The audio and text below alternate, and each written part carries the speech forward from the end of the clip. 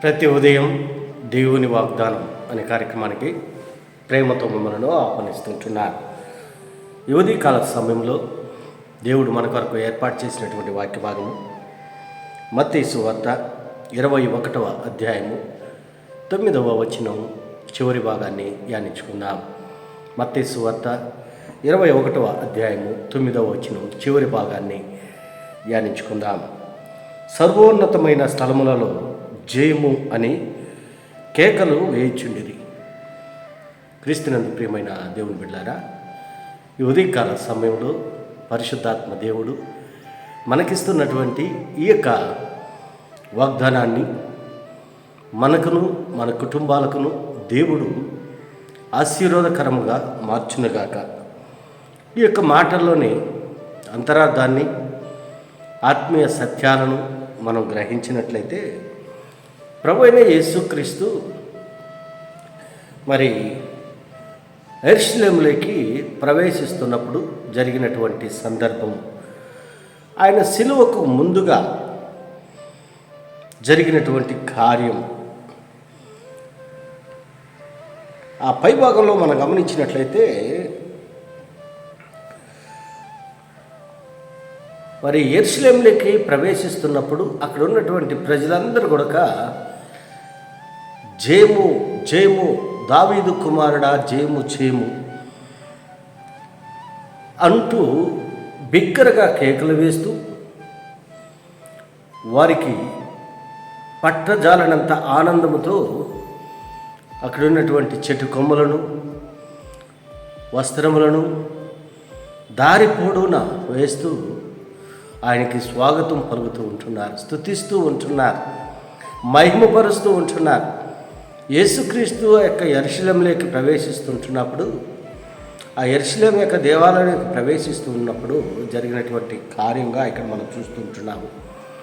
అంతకుముందు ఆ పై భాగంలో 1 నుండి 7 వచనాల వరకు మనం గమనించినట్లయితే ఆయన శిష్యులకి ఒక ఆజ్ఞ ఇస్తూ ఉంటున్నాడు. మీ ఎదుటనున్నటువంటి గ్రామానికి వెళ్ళి అక్కడ కట్టబడినటువంటి గాడిద పిల్ల ఉంటున్నది, దాన్ని విప్పి నా దగ్గరికి తోలుకు రండి అని చెప్పి శిష్యులను మరి పంపిస్తూ ఉంటున్నాడు.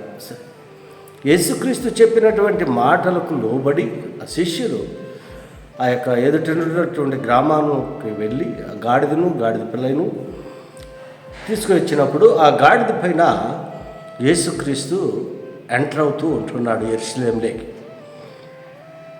ఆయన ప్రవేశిస్తున్నటువంటి సందర్భంలో అనేక మంది ప్రజల గుంపు కూడి మరి ఆయన్ని స్తుతిస్తూ ఉంటున్నాడు. జనసమూహంలో ఆయనకు ముందు వెలుచుండిన వారును వెనక వచ్చుచుండిన వారును దావీదు కుమారునికి జయము ప్రభు పేరట వచ్చేవాడు స్తుతింపబడునుగాక అని కేకలు వేయుచుండిరి. ఆయన్ని స్తుతిస్తూ ఉంటున్నారు. ఆయన చేసినటువంటి కార్యాలను బట్టి, అద్భుతాలను బట్టి ఆయన్ని కొనియాడుతూ ఉంటున్నారు. ఆ యెరూషలేములో ప్రవేశిస్తున్నప్పుడు ప్రజలు సంతోషగానము చేయిస్తూ ఉంటున్నారు. క్రీస్తునందు ప్రియమైన దేవుని బిడ్డలారా, ఆయన సర్వోన్నతమైనటువంటి స్థలములో నివాసం ఉండేటువంటి ఆయన పరలోకము నుండి భూమికి దిగి వచ్చి నశించిపోతున్నటువంటి వారిని ఆయన రక్షించేదానికి ఈ లోకంలో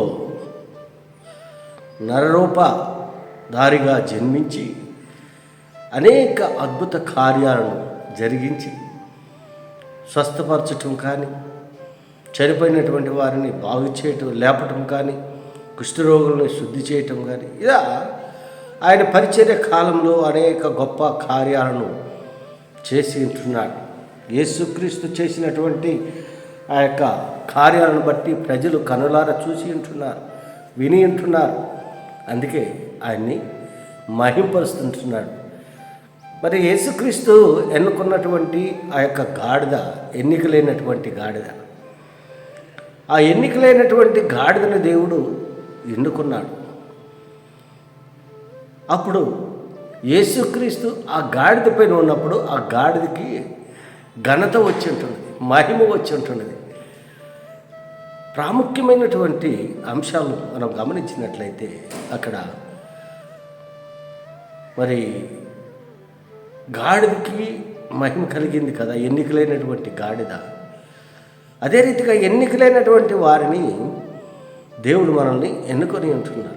ఏ యోగ్యత లేనటువంటి వారు మరి దేవుడు మనల్ని ఎన్నుకొని ఉంటున్నాడు. కాబట్టి సర్వశక్తి కలిగినటువంటి దేవుడు, సర్వోన్నతమైనటువంటి స్థలములలో ఉన్నటువంటి దేవుడు మరి నిన్ను నన్ను ఎన్నుకొని ఉంటున్నాడు.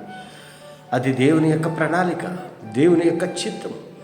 దేవుడు మనల్ని ఎన్నుకున్నాడు. కాబట్టి దేవుడిని మనము స్తుతించేటువంటి వారిగా, ఆరాధించేటువంటి వారిగా నీవు నేను ఉండాలని ఈ కొద్ది మాటల ద్వారా నేను హెచ్చరిక చేస్తుంది. దేవుడి యొక్క మాటలను మీకును మీ కుటుంబాలకు ఆశీర్వాదకరంగా దేవుడు మార్చును గాక. ఆమేన్.